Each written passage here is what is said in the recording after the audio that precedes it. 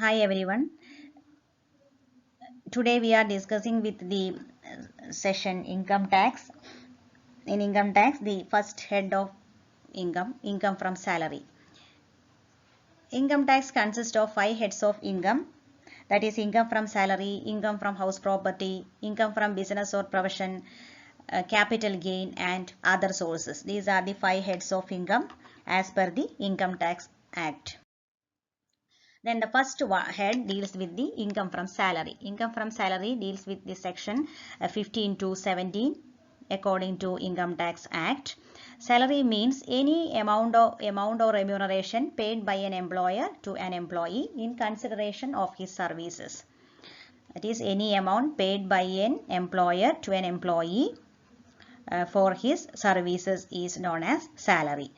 It includes value of all benefits and facilities provided by the employee are provided by an employer to his employee are taxable under this head. And salary includes any amount due from the present employer or the previous employer, or any amount paid or allowed to him by the previous year by or on behalf of the employer or former employer, in any arrear of salary received by an employer.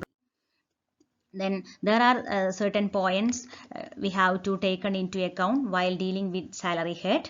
That is, first one is salary. The most important point is there should exist a relationship between employer and employee. That is the most important point under this head. That is, if we have to calculate or pay tax under this head, the first point we have to analyze is that there should exist a relationship between employer and employee. Other incomes are not taxable under this head.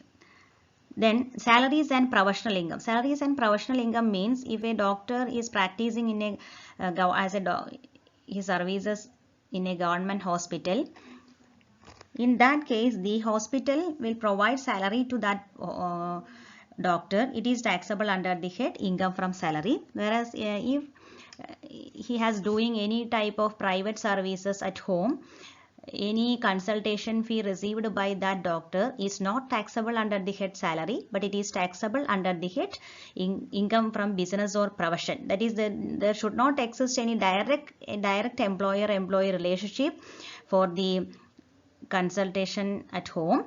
So it is taxable under the head profession. Then received from other than employer. That is, in case of a college teacher, for doing his or her examination duty or paper evaluation, any remuneration received by a college teacher from all these activities are not taxable under the head salary, but it is taxable under the head income from other sources, because there should not exist any direct relationship between employer and employee in the case of university and that particular teacher. That's why it is taxable under the head income from other sources. So next one, any pension received by an employee is taxable under the head salary. And then any honorarium or sitting allowance received by MP MLAs are not taxable under the head salary, because these persons are treated as servants of the society. So any type of honorarium received by them is taxable under the head income from other sources.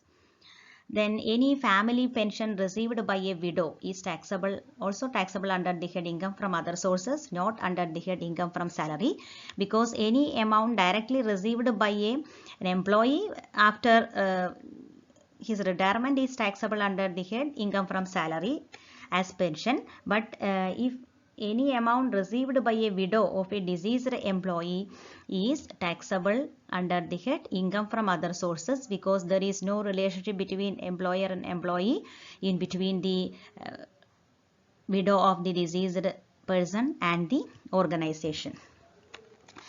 Then dearness allowance and dearness pay are taxable under the head salary. Then salary grade or scale of pay, that is for increment purpose.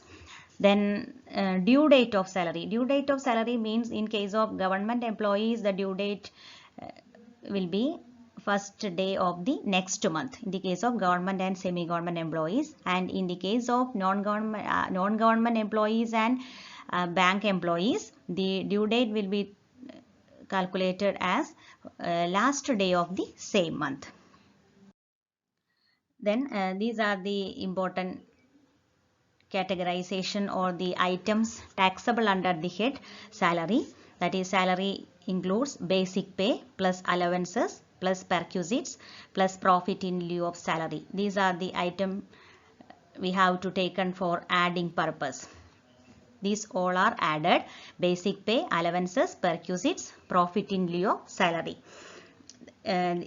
The sum total of these four items is known as gross salary, and from the gross salary we have to provide or claim deduction under section 16 of the same head.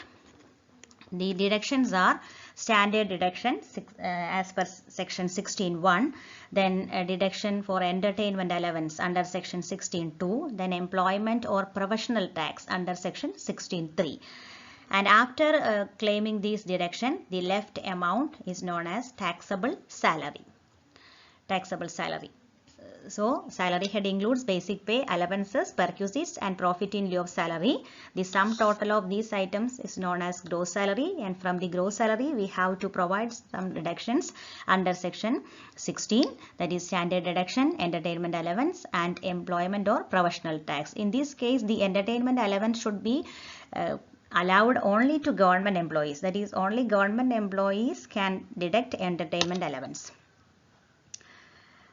Then after deducting these deduction, the left amount is known as taxable salary. Then first one, allowances. Allowances means any payment in cash, that is any amount paid by an employer to an employee in addition to his monthly salary is known as allowances. Any monetary benefit provided by an employer to his employee other than salary is known as allowances. For tax purpose, allowances can be categorized or classified into three categories. First one, fully taxable allowances, second one, partly taxable allowances, then last one, fully exempted allowances. That is, in the case of first one, all allowances are taxable under this category. Then second category, partly taxable, that is up to certain limit they are exempted and rest of these taxable.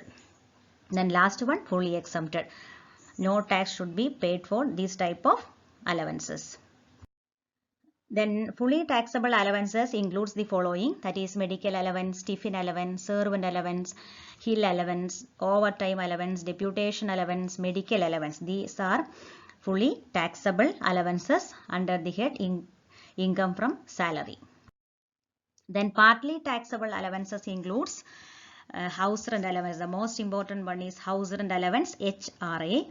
Then children's education allowance, then children's hostel allowance, entertainment allowance, helper allowance, uniform allowance and transportation allowance. These are coming under the category of partly taxable allowances.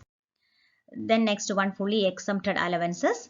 Fully exempted allowances means these items are completely exempted from tax, that is foreign allowance, sumptuary allowances to High Court or Supreme Court judges, then allowances from UNO, then per diem allowances for use of hotel, boarding and lodging, etc. These are fully exempted from tax.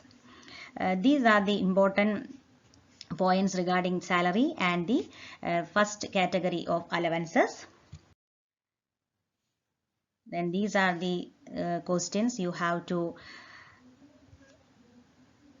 answer after going through these materials. Define salary and define allowances. What are the different types of allowances? What are the different deduction under section 16? So, thank you. See you in next class.